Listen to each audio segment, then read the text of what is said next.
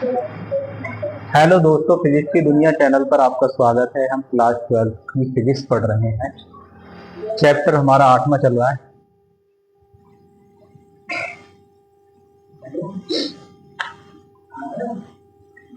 आज का टॉपिक है हमारा धारामापी। चल रहे थे, हमने निलंबित कुंडली धारामापी पढ़ा दिया। आज है कीलकित कुंडली धारामापी। दूसरा लिखेंगे कीलकित कुंडली धारामापी। कीलकित कुंडली धारामापी क्या होता है? कीलकित कुंडली धारामापी देखो,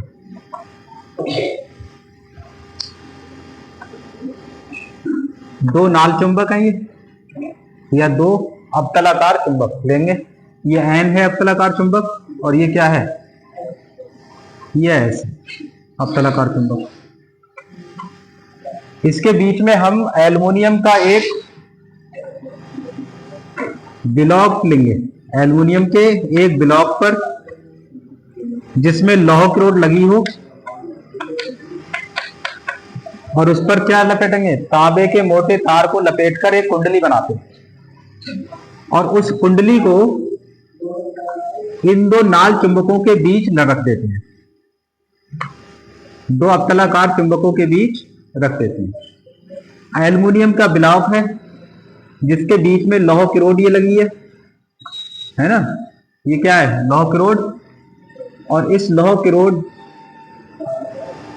और इस कुंडली के ऊपर, मतलब इस ब्लॉक के ऊपर तांबे के मोटे तारों को लपेटकर एक आयताकार कुंडली बनाते हैं, जिसे हम दो अवतलाकार चुंबकीय ध्रुवों के बीच रख देते हैं। ऊपरी सिरे को और निचले सिरे को, यानी इसके दोनों सिरों को फास्फर विरांज के पतले और लंबे तार द्वारा दोनों सिरों को, इसे भी और इसे भी दृढ़ आधार से जोड़ देते हैं। ये भी दृढ़ आधार से संपर्कित है और ये भी दृढ़ आधार से जुड़ा है। ठीक है, ये दृढ़ आधार से हम इन दोनों को जोड़ देते हैं। इस तार में विपरीत क्रम में स्प्रिंग लगाते हैं।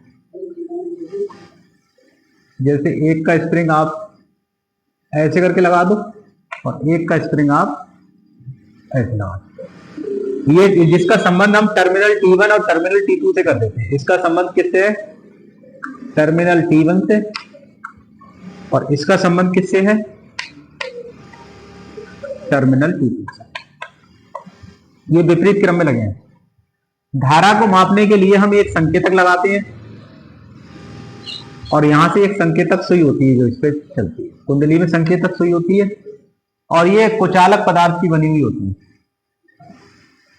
तो ये सुई हो गई, और यहाँ पे ये मीटर पैमाना है जिससे ये सुई चलेगी और धारा का मापन होगा।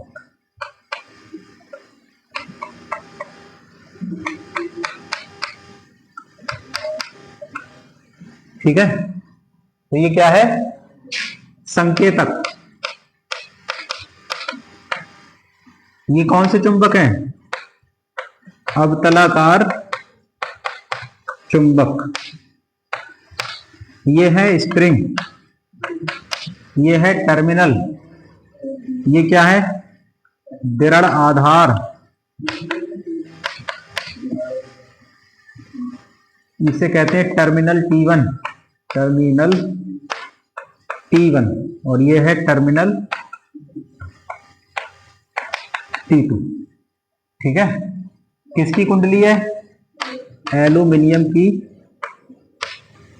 आयताकार कुंडली।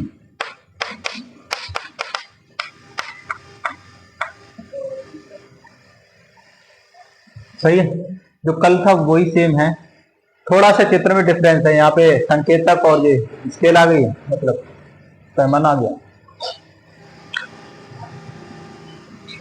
तो क्या है बताइए इसमें? एल्युमिनियम बनावट में बताओ क्या क्या लिखेंगे? बनावट क्या है? बनावट में एल्युमिनियम का एक आयताकार ब्लॉक लेते हैं, Al का एक आयताकार ब्लॉक लेते हैं,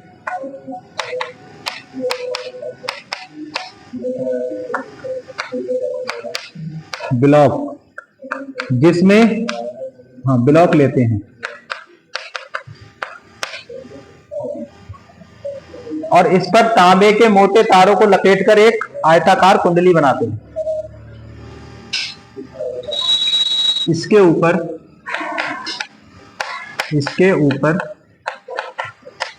तांबे के मोटे तारों को लपेटकर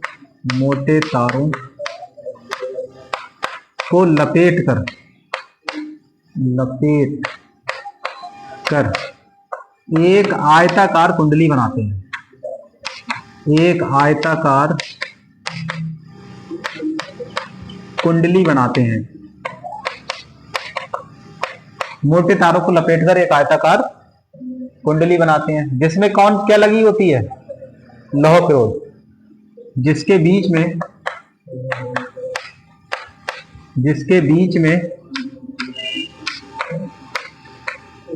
लौह क्रोड लगी होती है,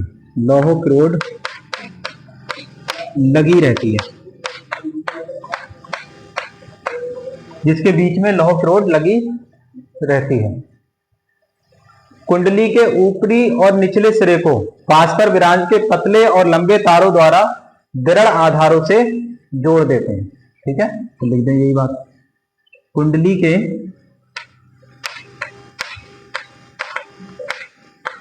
दोनों सिरों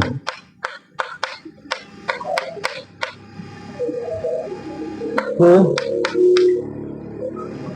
फास्फर ग्रांज के पतले तथा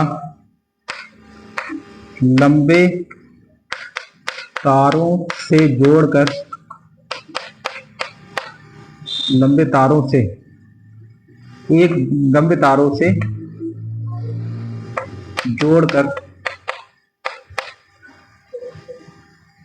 दृढ़ आधार से जोड़ देते हैं। ठीक है, किससे जोड़ देते हैं? दृढ़ आधार से जोड़ देते हैं। इन तारों पर दो स्प्रिंग विपरीत क्रम में लगे होते हैं जिसका संबंध टर्मिनल T1 और T2 से कर देते हैं। ये इस तरीके से लगा है और ये इसके उल्टा करके लगा है ना, विपरीत क्रम में। तो जोड़ देते हैं इस तार से दो स्प्रिंग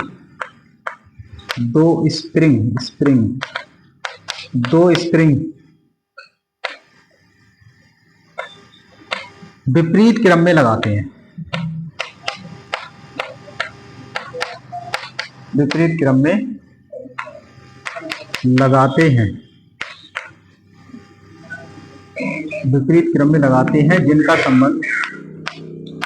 जिनका संबंध टर्मिनल T1 तथा T2 से कर देते हैं। और बताओ और क्या दिख रहा है इसमें? कुंडली के ऊपरी भाग से एक संकेतक लगा देते हैं। ठीक है, धारा मापन के लिए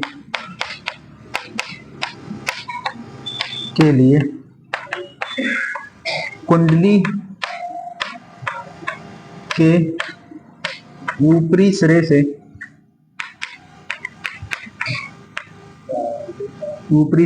एक संकेतक सुई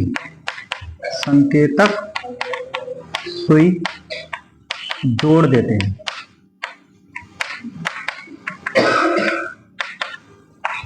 कितना उतारेंगे?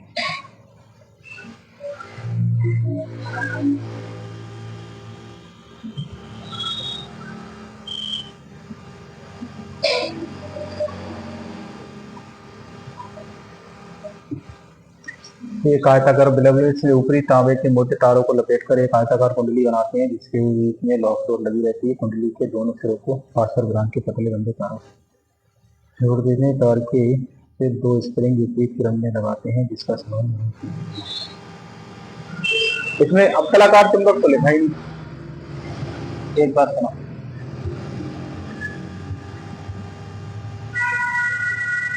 लगी रहती है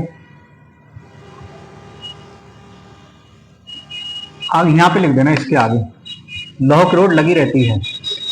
इस कुंडली को दो अवतलाकार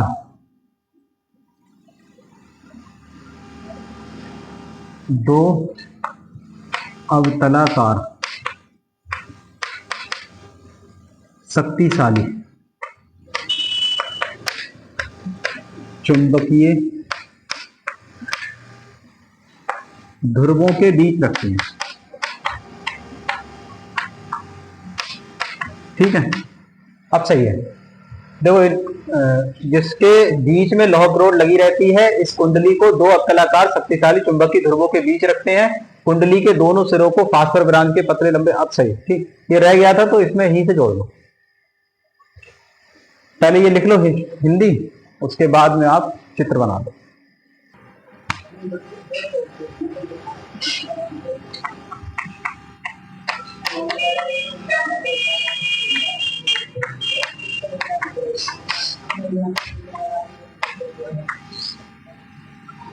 सिद्धांत तथा कार्यविधि सुना। जिस विद्युत धारा का हमें क्या करना होगा, मापन करना होता है, उसे टर्मिनल T1 से प्रवाहित करते हैं। कहां से प्रवाहित करते हैं? T1। ये आई धारा यहां से प्रवाहित होगी, इसमें तो घूम के जैसे इसमें आई कुंडली में सो के, और कहां से निकलेगी? T2 से निकलेगी। और जब धारा आई, जब इसमें धारा प्रवाहित होती है तो कुंडली पर एक विक्षेपक बलाघूर्ण उत्पन्न हो जाता है, जो कुंडली क्या करता है? घुमाता है, जिससे एक स्प्रिंग में, दोनों स्प्रिंग में, एक स्प्रिंग में ऐंठन, जिससे स्प्रिंग में क्या आ जाती है? ऐंठन उत्पन्न हो जाती है। और ये कुंडली के जो स्प्रिंग है, ये कुंडली के घूमने का क्या करते हैं? विरोध। साम्यावस्था पर प्रत्यानयन बलाघूर्ण विक्षेपक बलाघूर्ण के बराबर होगा। जब ऐंठन उत्पन्न होगी तो ये भी बलाघूर्ण एक आरोपित करेंगे कुंडली विपरीत दिशा में, और ये कुंडली में कौन सा बलाघूर्ण होगा? विक्षेपक। विक्षेपक और प्रत्यानयन कैसे होंगे? दोनों बलाघूर्ण बराबर हो जाएंगे साम्य स्थिति में। तो बस दोनों बराबर रख के हम जैसे कल किया था धारा का मान ज्ञात कर लेते हैं। अच्छा, जब ये कुंडली घूमती तो संकेतक सुई भी इस पर घूमती है, और घूमकर वो एक निश्चित दिशा में ठहर जाती है। हम पता लग जाता है कि धारा इतनी बह रही। तो लिखेंगे जिस धारा का मापन करना होता है, जिस धारा का मापन करना होता है, उसे टर्मिनल T1 से प्रवाहित करते हैं,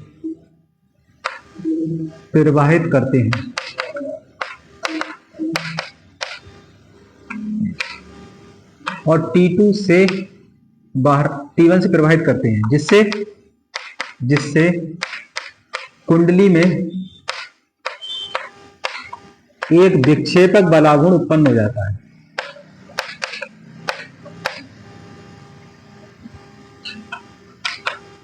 बलाघूर्ण उत्पन्न हो जाता है। इसका मान कितना होगा? इसका मान होगा टो विक्षेपक बराबर किसके? नहीं, ये भी यही होगा। साइन थीटा इसमें इसलिए नहीं लेंगे क्योंकि थीटा का मान अवतलाकार होने के लिए 90 हो जाएगा, और साइन 90 की वैल्यू 1 होती है, इसलिए टी विक्षेपक क्या आ जाएगा? NIAB। अब आगे सुनो।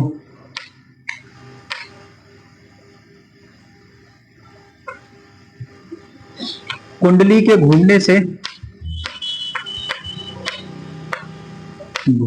से स्प्रिंग में ऐंठन उत्पन्न होती है।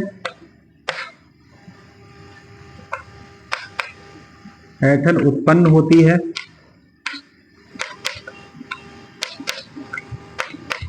जिससे इसमें विपरीत दिशा में,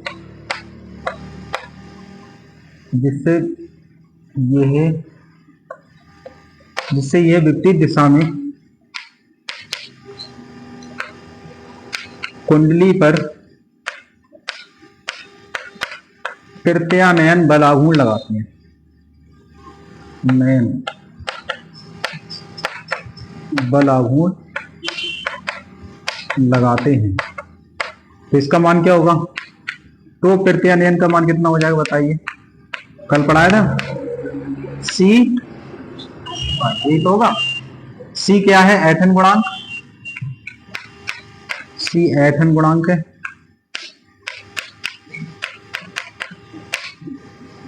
और फाई विक्षेप है। फाई क्या है? विक्षेप।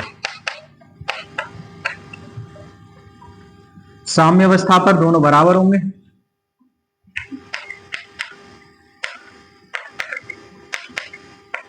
जब ये दोनों बराबर होते हैं तभी सुई रुकेगी, समझ गए? सुई कब रुकेगी? ये जब ये दोनों बराबर होंगे तभी सुई घूम के रुक जाएगी और फिर हमें धारा पता लग जाएगी। तो विक्षेपक जो होगा वो बराबर होगा तो तृतीयानयन। तो विक्षेपक क्या आ जाएगा? विक्षेपक का मान एन आई ए बी, और ये हो जाएगा सी फाई। हमें चाहिए आई, तो आई कितनी आ जाएगी यहां से बताओ? तो आई आ जाएगी हमारी सी बटे सी फाई बटे N A B, N A B. अब सी बटे एन ए बी, ये क्या है? एक नियतांक है के, तो इसमें फिर आई क्या हो जाएगी? आई समानुपाती हो जाएगी फाई के, होता है।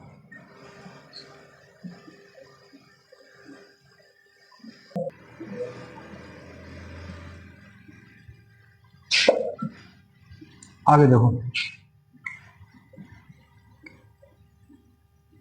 थोड़ा इसके नीचे और लिख लें। कुंडली के घूमने पर संकेतक वृत्ताकार पैमाने पर घूमकर एक स्थान पर ठहर जाता है, जिससे धारा का मापन हो जाता है। ये बात लिख लें। कुंडली के घूमने से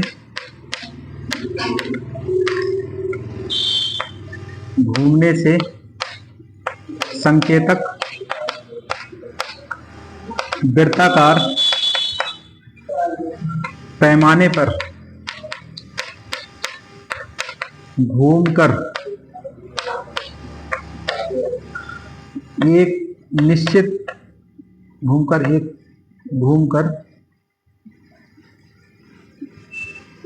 एक निश्चित मान पर ठहर जाता है, एक निश्चित मान पर रुक जाता है और धारा का मान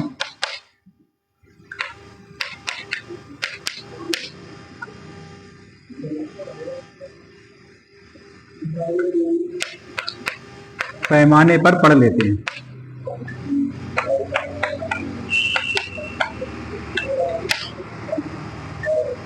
ये और लिखो, जब कुंडली घूमेगी तो संकेतक वृत्ताकार पैमाने पर घूम के एक निश्चित स्थान पर रुक जाएगा। इस पर जो रीडिंग होगी उस पर रुक जाएगा।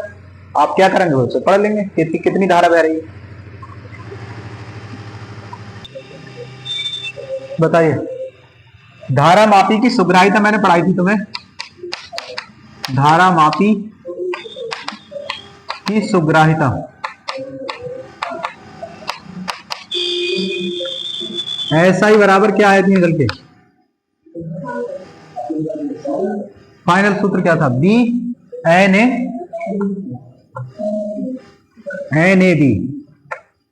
ए बी बटे सी, यही तो निकल के आई थी। धारा मापी की सुग्राहिता का सूत्र क्या था? ऐसा ही बराबर एन ए बी बटे सी। अब बताओ सुग्राहिता कब बढ़ेगी? जब कुंडली फेरों की संख्या बढ़ेगी सुग्राहिता बढ़ेगी, कुंडली का क्षेत्रफल बढ़ेगा सुग्राहिता बढ़ेगी। शक्तिशाली चुंबकीय क्षेत्र के बीच रखो कुंडली को, सुग्राहिता बढ़ेगी। और ऐठन गुणांक के व्युत्क्रमानुपाती है, सी घटेगा तो सुग्राहिता बढ़ेगी। जो ऊपर वाले बढ़ेंगे तो बढ़ेगी सुग्राहिता, और ये अगर ये बढ़ेगा सी तो फिर ये घटेगी, क्योंकि ये व्युत्क्रमानुपाती है इसके। समझ गए? तो बस यही पॉइंट लिखना है आपको। तो बताइए किन किन बातों पर निर्भर करती है। नंबर 1, पहली किस बात पर निर्भर करती है? सुग्राहिता। कुंडली में फेरों की संख्या पर निर्भर करती है। कुंडली में तार के फेरों की संख्या, तार के फेरों की संख्या अधिक होने पर सुग्राहिता बढ़ जाती है।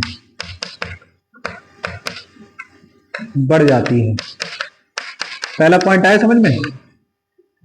ठीक है, यानी SI जो है वो समानुपाती किसके? N के। दूसरी बात लिखो, आयताकार कुंडली का क्षेत्रफल बढ़ने पर भी सुग्राहिता बढ़ जाएगी। क्षेत्रफल जितना ज्यादा लोगे आयताकार कुंडली का, सुग्राहिता उतनी ज्यादा होगी। तो लिखेंगे आयताकार कुंडली का क्षेत्रफल बढ़ने से धारामापी की सुग्राहिता बढ़ जाती है।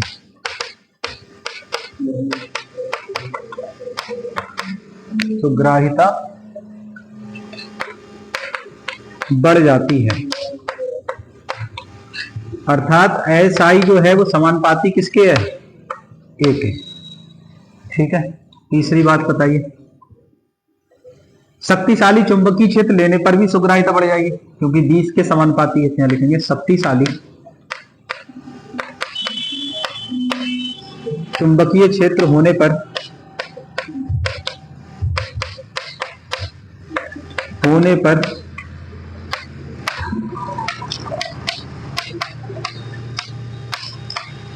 की सुग्राहिता बढ़ जाती है।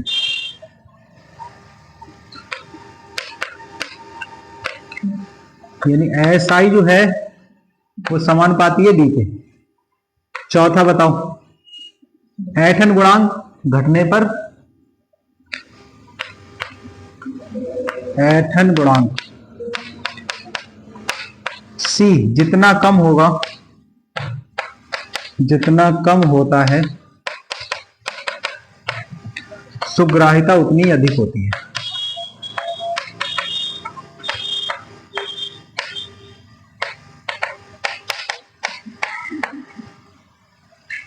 यानी SI जो है वो C के व्युत्क्रमानुपाती है।